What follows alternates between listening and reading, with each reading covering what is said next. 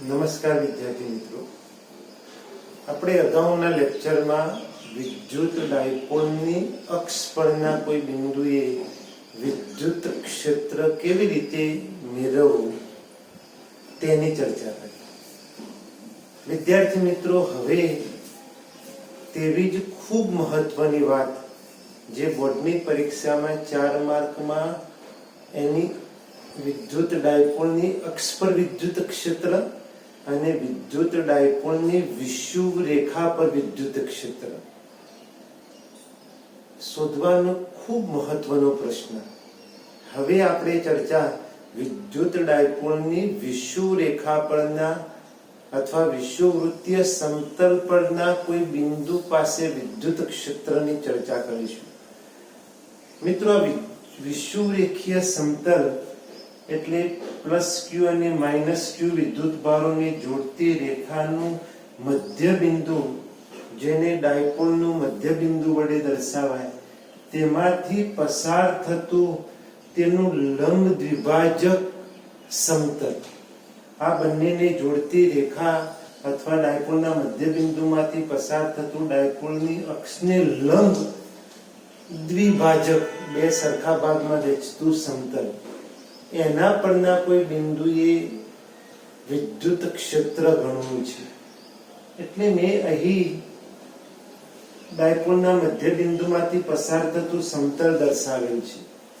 આ સમતલ પરનું કોઈ બિંદુ, અહીં કોઈ બિંદુ P પાસે આ બંને વિદ્યુત ભારો અથવા વિદ્યુત ભારિત ડાયપોલના તંત્રનું વિદ્યુત ક્ષેત્ર ગણવું છે. તો મિત્રો, આ +q વિદ્યુત ભારનું P બિંદુ પાસે વિદ્યુત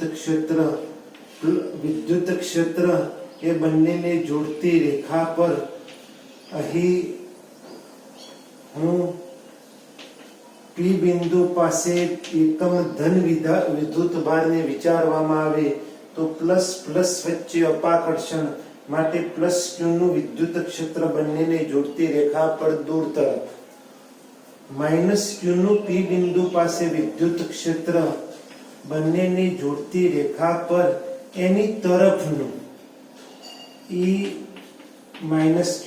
કેમ? કારણ કે એકમ ધન વિદ્યુત ભાર, આ ઋણ બંને વચ્ચે આકર્ષણ માટે એનું વિદ્યુત ક્ષેત્ર એની તરફનું. પરિણામી વિદ્યુત ક્ષેત્ર આ બંને વિદ્યુત ક્ષેત્ર કોઈ એક દિશામાં નથી. ડાયપોલની અક્ષ પર વિદ્યુત ક્ષેત્ર પરસ્પર વિરુદ્ધ દિશામાં આવ્યું, માટે તમે એનો સદિશ સરવાળો કરતા બાદબાકીથી કરી શક્યા. હવે અહીં E+ નું વિદ્યુત ક્ષેત્ર આ દિશામાંનું છે, E- નું વિદ્યુત ક્ષેત્ર આ દિશાનું છે, કોઈ એક દિશાનું નથી.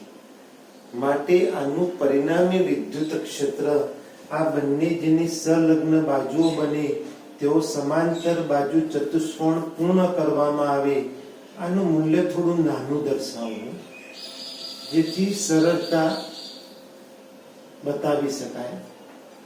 આ E+q નું વિદ્યુત ક્ષેત્ર, આ E-q નું વિદ્યુત ક્ષેત્ર, આ બંને જેની સંલગ્ન બાજુઓ બને તેઓ સમાંતર બાજુ ચતુષ્કોણ પૂર્ણ કરવામાં આવે તો પરિણામી વિદ્યુત ક્ષેત્ર E એ આ દિશામાંનું થાય.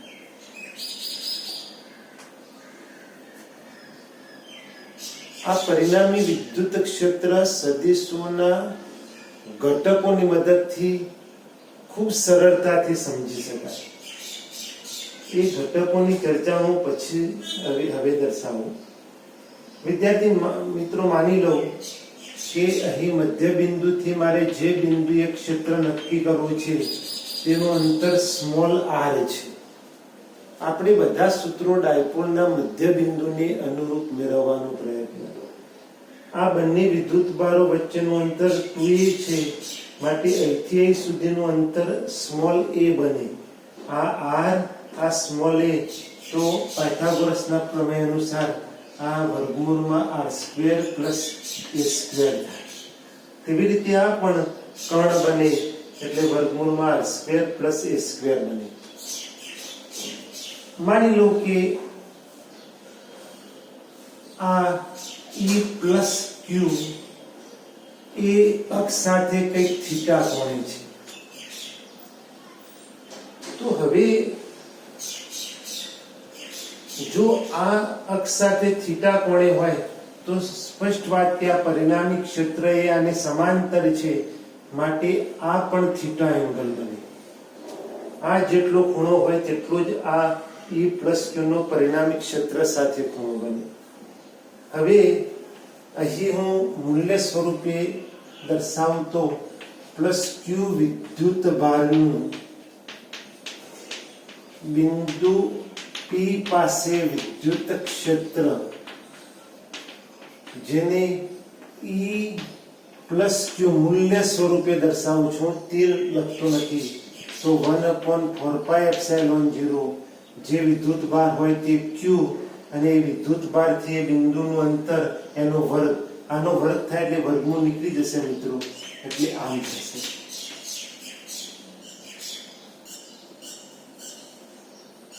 તે જ રીતે માઇનસ Q વિદ્યુત ભારનું બિંદુ P પાસે વિદ્યુત ક્ષેત્ર E માઇનસ Q નું તો મૂલ્યમાં તો એટલું જ 1/4πε0 Q અપોન એ પણ અંતરનો વર્ગ, એટલે વર્ગમૂળ નીકળી જશે, માટે Q upon r² plus r². પરંતુ એ વિદ્યાર્થી મિત્રો E પ્લસ Q આ દિશામાંનો છે, E માઇનસ Q આ દિશામાંનો છે, તો પરિણામી વિદ્યુત ક્ષેત્ર સદિશોના ઘટકોની મદદથી સમજી શકાય. એટલે અહીં હું સદિશોના ઘટકોની ચર્ચા દર્શાવું તો અહીં આવી સમજ છે કે ભાઈ આની આ જ વાત અહીં આગળ દર્શાવું જે બુકમાં ડાયરેક્ટ ચર્ચા કરી છે. આ E પ્લસ Q વિદ્યુત ક્ષેત્ર છે, આ E માઇનસ Q નું વિદ્યુત ક્ષેત્ર છે સદિશ સ્વરૂપે. આ બંનેને જોડતી રેખા છે, પરિણામી ક્ષેત્ર છે. આ એંગલ મેં થીટા વડે દર્શાવ્યું છે. હવે વિદ્યાર્થી મિત્રો E પ્લસ Q નો આ દિશામાંનો ઘટક દર્શાવવો હોય તો એ થીટાની પાસેની બાજુ બને, એટલે E plus Q cos theta ઘટક બને. અને તેનો લંબ ઘટક લેવો હોય તો E plus Q sin theta ઘટક બને. તે જ રીતે E માઇનસ Q તેનો આ દિશામાંનો ઘટક એ થીટાની પાસેની બાજુ બને, એટલે E minus Q cos theta, અને તેનો લંબ ઘટક E minus Q sin theta. આપણે ટેક્સ્ટ બુકમાં આ ઘટકોની સ્પષ્ટતા કરી નથી, સ્ટેપ ડાયરેક્ટ દર્શાવ્યું છે, પરંતુ હું ધોરણ 11 ના સદિશોના ઘટકોની સમજનો ઉપયોગ કરવો તો પરિણામી સદિશ કોઈ દિશામાંનો ન હોય ત્યારે તેના ઘટકો લઈ અને કુલ સરવાળો કરવો પડે. હવે આ બંનેનું પરિણામી કુલ વિદ્યુત ક્ષેત્ર તો આ બધા જ ઘટકોનો સરવાળો આવે, પરંતુ આ E પ્લસ Q sin ઘટક એટલે અદિશ બને, પરંતુ પરસ્પર વિરુદ્ધ દિશાના હોય તો આને પ્લસ ગણવામાં આવે, તો આને માઇનસ લેવામાં આવે. માટે પરસ્પર લંબ ઘટકો એકબીજાની અસર નાબૂદ કરી નાખે. માટે અહીં બિંદુ P પાસે, આ બિંદુ P પાસે ક્ષેત્ર બતાવવાનો પ્રયત્ન છે. અહીં આ બિંદુ P પાસે પરિણામી ક્ષેત્ર પ્લસ Q નું E plus Q cos theta અને માઇનસ Q નું E minus Q cos theta એક જ દિશામાંનું, માટે બંને વચ્ચે સાદો બૈજિક સરવાળો. તેથી બિંદુ P પાસે પરિણામી વિદ્યુત ક્ષેત્ર જેને હું E વડે દર્શાવું તો આ બંનેનો સરવાળો, પરંતુ મિત્રો બંનેમાં cos થીટા કોમન છે, એટલે કોમન કાઢી અને સરવાળો બી બતાવ્યો છે. આ મેં અદિશ સ્વરૂપે લખ્યું છે. મિત્રો જો આના પર હું તીર વડે એટલે સદિશ સ્વરૂપે દર્શાવું તો મારે દિશા બતાવવી પડે, અને P પર ક્ષેત્રની દિશા આ બાજુ છે, એટલે કે પ્લસ Q થી માઇનસ Q ની દિશામાં માની છે, અને ડાયપોલ મોમેન્ટ અથવા ડાયપોલ ચાક માત્રાની દિશા માઇનસ Q થી પ્લસ Q ની દિશામાં છે. તો એની વિરુદ્ધ દિશામાં આવે માટે માઇનસ પી કેરેટ. અહીં માઇનસ પી કેરેટ એ વિદ્યુત ડાયપોલ ચાક માત્રાની વિરુદ્ધ દિશામાંનું એકમ સદિશ અથવા તેની વિરુદ્ધ દિશામાં પરિણામી ક્ષેત્ર છે. અહીં પી કેરેટ એ વિદ્યુત ડાયપોલ ચાક માત્રા અથવા મોમેન્ટ ની દિશામાંનો એકમ સદિશ છે.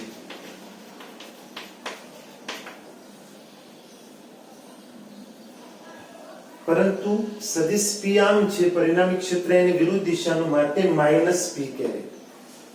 હવે આ E પ્લસ ક્યુ, E માઇનસ ક્યુ ની કિંમત એપ્લાય કરી દો. વળી આકૃતિ પરથી cos થીટા, આ ત્રિકોણ માટે વાત કરું તો cos થીટા એટલે પાસેની બાજુ ભાગ્યા કર્ણ.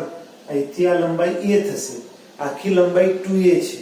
તો એ કિંમત એપ્લાય કરવામાં આવે તો પરિણામી ક્ષેત્ર E બરાબર માઇનસ આ બંનેનો સરવાળો એટલે બંનેમાં 1/4πε0 q upon r square plus a square.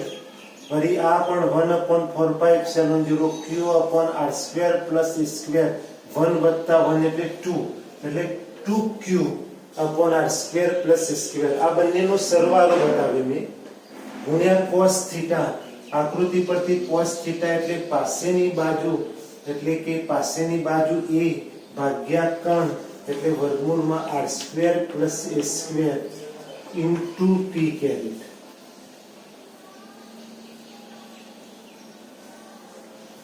એટલે હજી હું આગળ વધું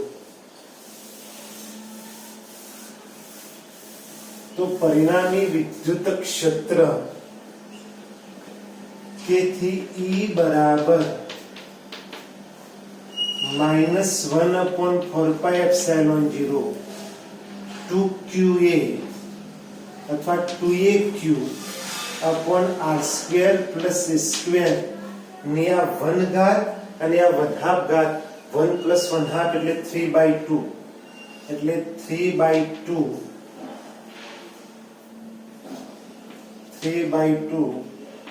into p કેરેટ.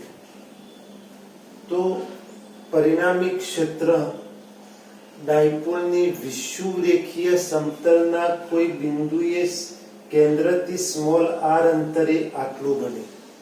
વધુ સ્પષ્ટતાથી દર્શાવું તો અહીં 2aq બરાબર p હોવાથી એ કિંમત એપ્લાય કરી દઉં તો E બરાબર 1/4πε0 p upon r square plus a square ની 3/2 ઘાત into p કેરેટ. વિદ્યાર્થી મિત્રો, આની આ જ વાત હું ડાયપોલ સૂક્ષ્મ હોય, બિંદુ ડાયપોલ હોય અને r અંતર ખૂબ મોટું હોય, ડાયપોલ નાનો હોય અને અંતર r ખૂબ મોટું હોય એટલે r ગ્રેટર ધેન a હોય તો a એટલે મધ્ય બિંદુથી કોઈ એક વિદ્યુત ભારનું અંતર ડાયપોલ સૂક્ષ્મ હોય અને સ્મોલ r એ ખૂબ મોટું હોય તેવી સ્થિતિમાં સરવાળામાં સ્મોલ a સ્ક્વેર ને અવગણી શકાય. માટે r સ્ક્વેર ની 3/2 બે ઘાત નીકળી જશે. તેથી વિદ્યુત ક્ષેત્ર E બરાબર માઇનસ 1/4πε0 p upon r ઘન into p કેરેટ. તો મિત્રો, આપણે ડાયપોલની અક્ષ પર અને ડાયપોલની વિષુવરેખા પર વિદ્યુત ક્ષેત્રના સૂત્રો મેળવ્યા. મિત્રો, એ બંનેની અહીં બંને થિયરી પૂર્ણ થઈ, પરંતુ એ બંનેની હું કમ્પેરિઝન કરું.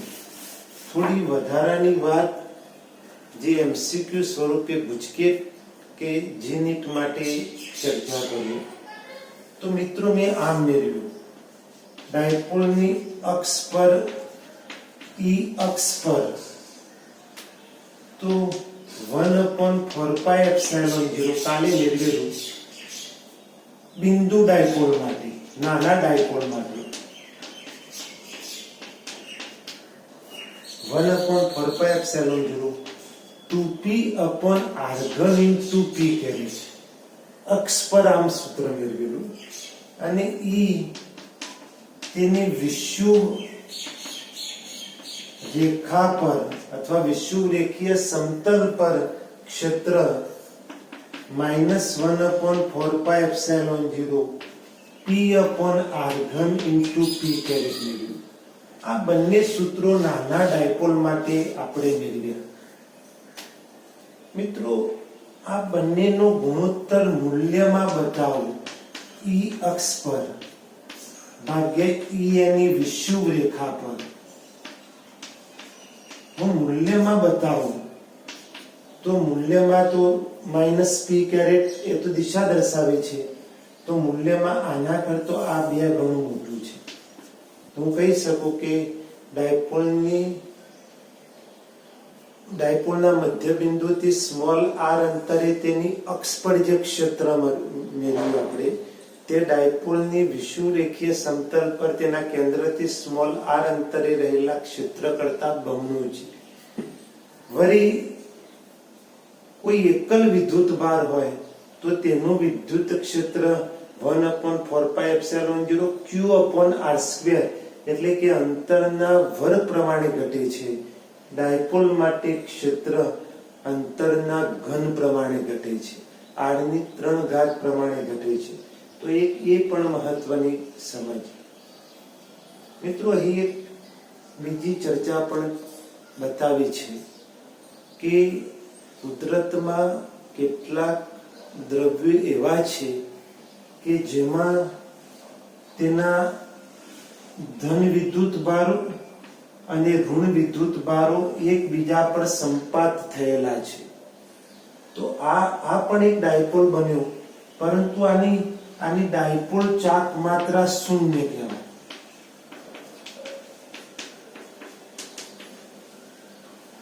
ડાયપોલ ચાક માત્રા p એટલે શું? તો q into 2a. 2a plus અને માઇનસ વચ્ચેનું અંતર છે. જે અણુના ધન અને ઋણ વિદ્યુત ભારો એકબીજા પર સંપાત થયેલા હોય એનો અર્થ એ બંને વચ્ચે અંતર નથી, માટે તેની ડાયપોલ ચાક માત્રા શૂન્ય છે. આવા અણુઓ એને ધ્રુવીય અણુ વડે દર્શાવાય. દાખલા તરીકે NH4 કે CO2 એવા બુકમાં ઉદાહરણો આપ્યા છે. કુદરતમાં કેટલાક અણુઓ એવા છે, દાખલા તરીકે પાણીનો અણુ, કે જેમાં ધન અને ઋણ વિદ્યુત ભારો છૂટા પડી ગયેલા છે. તો આવા અણુઓ એ કાયમી ડાયપોલ ચાક માત્રા ધરાવે છે. માટે આવા અણુને ધ્રુવીય અણુ વડે દર્શાવે. પોલર ધન અને ઋણ વિદ્યુત ભારો એકબીજા પર સંપાત થયા છે, એટલે કે જેને ડાયપોલ ધ્રુવો છૂટા પડ્યા નથી, એ અધ્રુવીય અણુ છે, નોન પોલર. જેની ડાયપોલ ચાક માત્રા શૂન્ય છે તે અધ્રુવીય અણુ છે, નોન પોલર. જેના ધ્રુવો છૂટા પડ્યા નથી અને જેના ધન અને ઋણ વિદ્યુત ભારો અથવા કુદરતી રીતે છૂટા પડેલા છે, જે કાયમી ડાયપોલ ચાક માત્રા ધરાવે છે, તેને ધ્રુવીય અણુ વડે દર્શાવે. મિત્રો, આવા અધ્રુવીય અણુઓ બાહ્ય વિદ્યુત ક્ષેત્ર પ્રબળ ક્ષેત્રમાં મૂકવામાં આવે તો આમાં પ્લસ અને માઇનસ છૂટા પાડી શકાય અને આને પણ ધ્રુવીય બનાવી શકાય. આ અધ્રુવીયમાંથી ધ્રુવીયની ઘટના એને પોલરાઇઝેશન અથવા ધ્રુવીભવન કહે છે, જે ચેપ્ટર 2 માં ચર્ચા કરીશું. તો આમ મિત્રો, આ વધારાની ચર્ચા આપણે ડાયપોલ માટે આ બંને ખૂબ મહત્વની, એની અક્ષ પર અને વિષુવ રેખા પર ક્ષેત્રના સૂત્રો. થેન્ક યુ વિદ્યાર્થી મિત્રો.